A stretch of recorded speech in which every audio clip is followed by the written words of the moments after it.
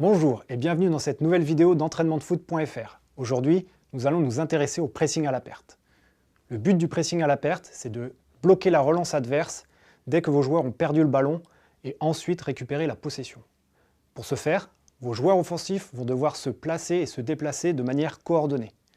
Nous allons le voir tout de suite dans un dispositif particulier à un attaquant, le 4-2-3-1. Si on regarde ça sur un schéma à plat, nous avons cette situation de notre côté. 4 défenseurs, 2 milieux en position basse, 3 plus offensifs et un attaquant. Ce bloc peut se positionner plus ou moins haut sur le terrain. Aujourd'hui, vu que nous nous intéressons au pressing à la perte, nous allons placer ce bloc en position haute. Si nous ne faisons aucun pressing, l'adversaire peut partir dans différentes directions selon les solutions proposées. Le but, dans le pressing à la perte, va être de le forcer à aller dans un sens et l'y bloquer. Regardez ce défenseur latéral réclamant le ballon. Il est de 3/4 au jeu avec la ligne de touche qui le bloque d'un côté. C'est sur lui que nous devons intervenir pour bloquer l'autre côté en l'empêchant de se retourner.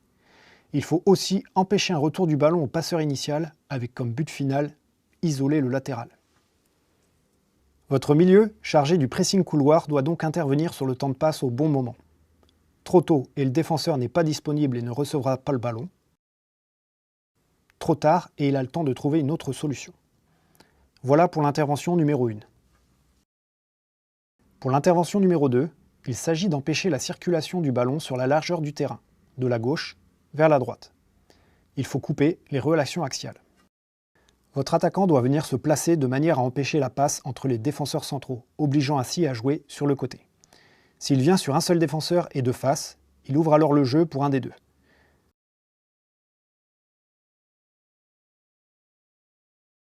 En revanche, s'il se situe à proximité, il empêche la passe entre les deux et met la pression sur le joueur le plus proche du porteur latéral. Il suffit alors pour les autres joueurs d'être au marquage ou de s'intercaler pour bloquer les lignes de passe. L'adversaire est alors coincé, sans solution. Ce qui donne ceci est en se plaçant du point de vue du porteur du ballon. Puis, si l'on se met à la place du défenseur latéral.